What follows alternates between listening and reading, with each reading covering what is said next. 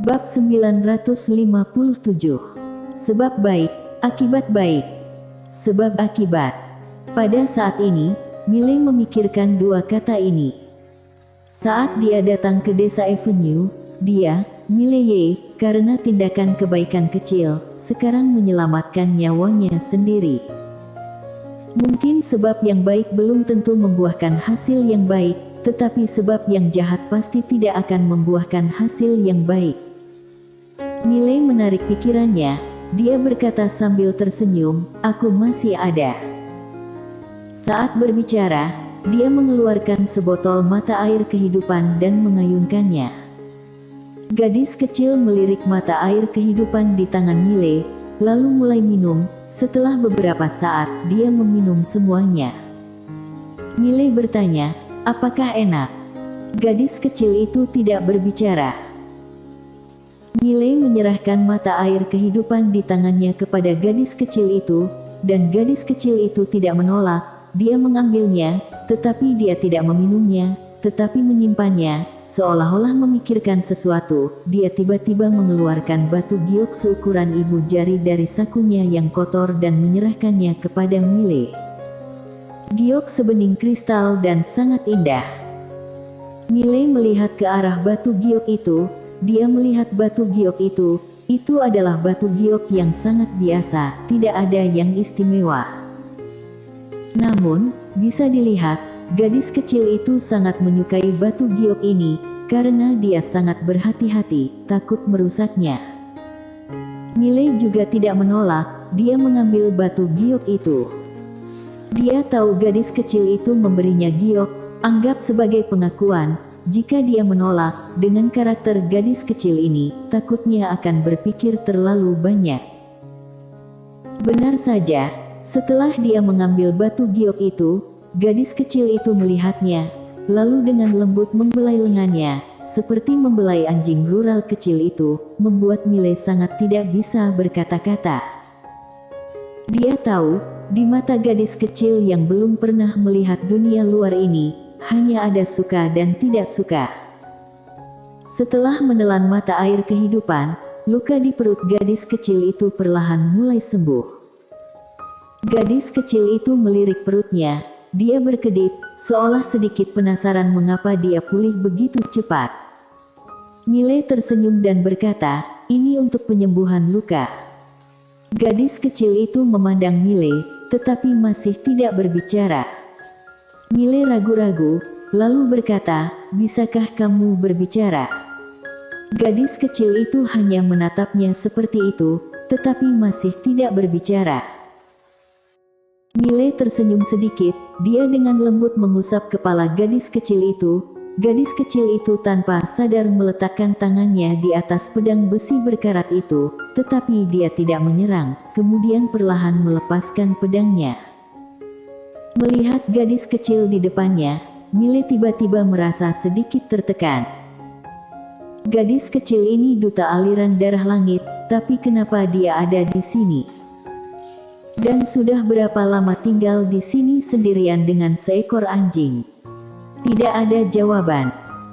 Satu-satunya yang tahu mungkin adalah wanita bergaun merah dan anjing ruralnya.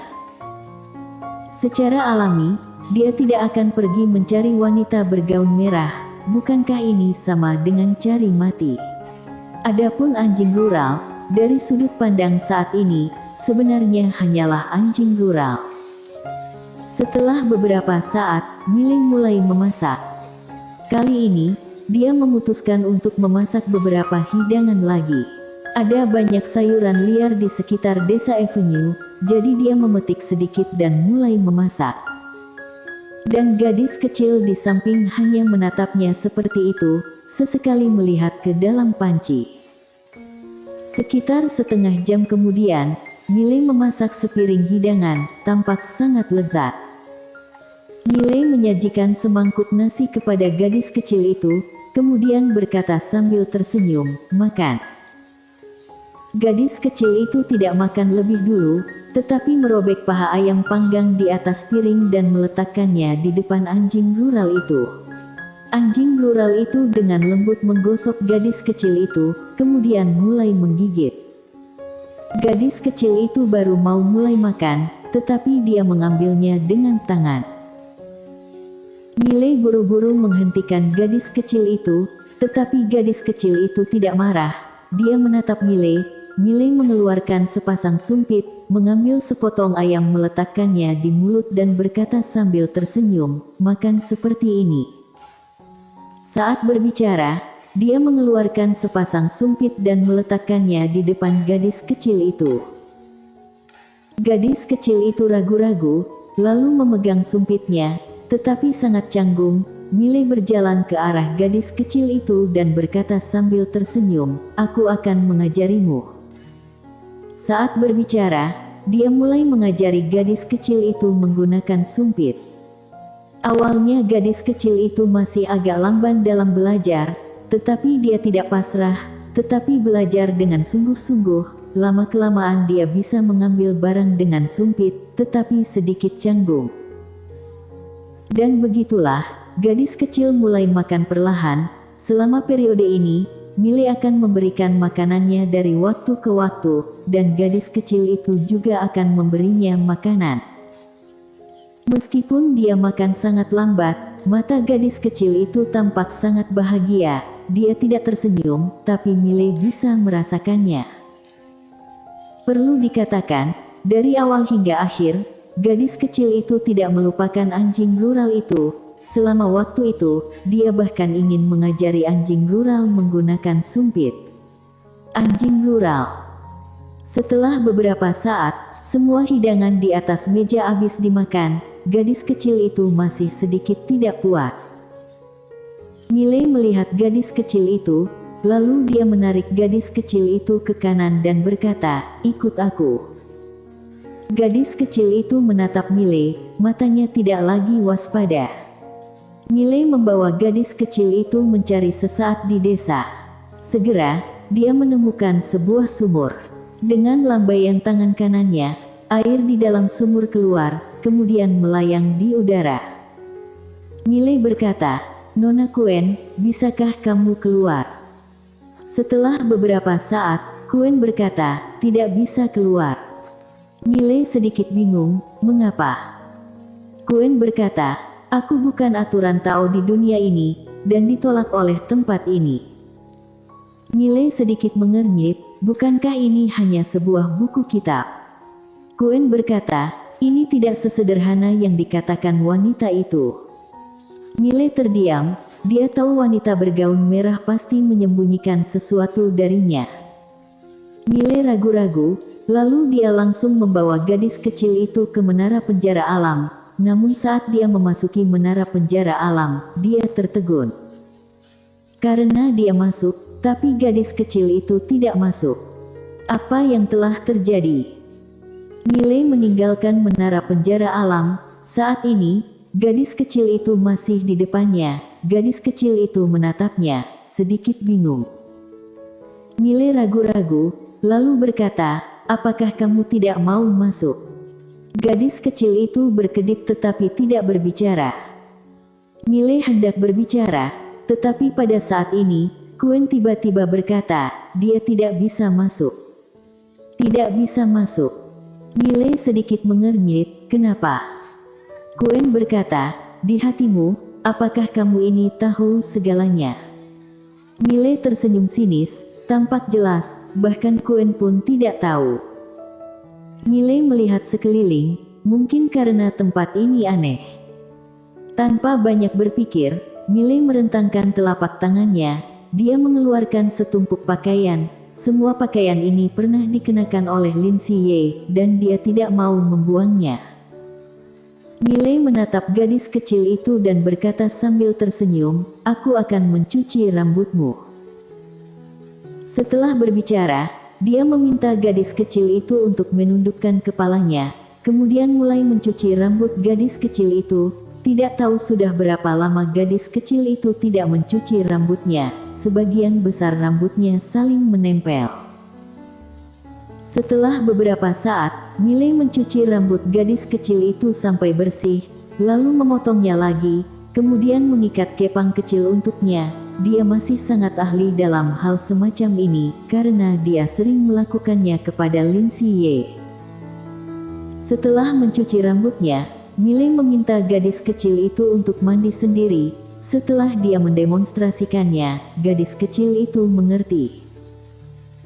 Dia menemukan gadis kecil itu sebenarnya tidak memiliki masalah intelektual sama sekali. Sebaliknya dia sangat pintar, tapi dia tidak pandai berkomunikasi, selalu pendiam, membuat orang mengira dia bodoh, tapi sebenarnya dia sangat pintar. Setelah beberapa saat, setelah mandi, gadis kecil itu memakai gaun kecil Lin Siye. Miley tercengang saat melihat gadis kecil dengan tampilan baru itu. Gadis kecil di depannya mengenakan gaun biru kecil, sangat biasa dan tidak mewah, tetapi gadis kecil itu membawa aura khusus. Aura khusus ini tidak bisa dia ungkapkan. Gadis kecil itu ternyata memiliki penampilan yang sangat halus, bisa dibayangkan jika dia besar nanti, dia akan menjadi wanita cantik yang tiada taraf di masa depan, tetapi saat ini, dia terlihat sedikit lebih imut karena kepang itu. Namun, matanya terlalu tenang. Ketenangan ini seharusnya tidak ada pada seorang gadis kecil. Miley menarik kembali pikirannya, mengeluarkan cermin, berjalan ke arah gadis kecil itu, berkata sambil tersenyum, "Lihat, apakah cantik?" Gadis kecil itu melihat ke cermin. Saat dia melihat dirinya, dia membeku sesaat, lalu dia menyentuh cermin itu dengan ringan. Miley tersenyum dan berkata, "Apakah cantik?" Gadis kecil itu memandang Miley. Miley hendak berbicara. Pada saat ini, gadis kecil itu tiba-tiba menarik Miley. Dia menebas pedangnya ke depan. Boom! Dengan tebasan ini, suara sobekan yang tajam tiba-tiba bergema. Kemudian, Miley melihat bayangan ilusi yang mundur di cakrawala. Miley melihat ke arah langit. Di atas awan langit, ada segumpal bayangan hitam mengambang. Dalam bayangan hitam, ada seekor burung aneh dengan 3 kepala dan 1 kaki.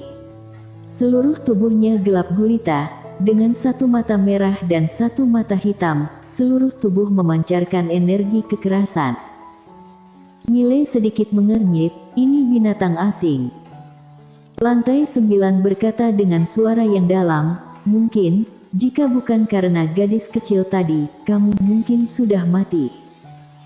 Mendengar ini, wajah Miley tiba-tiba menjadi gelap.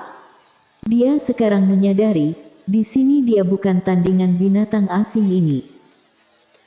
Namun, ini juga normal, binatang asing ini tidak tahu hidup berapa puluh ribu tahun. Meskipun ada seekor babi di sini, takutnya sudah berkultivasi menjadi siluman.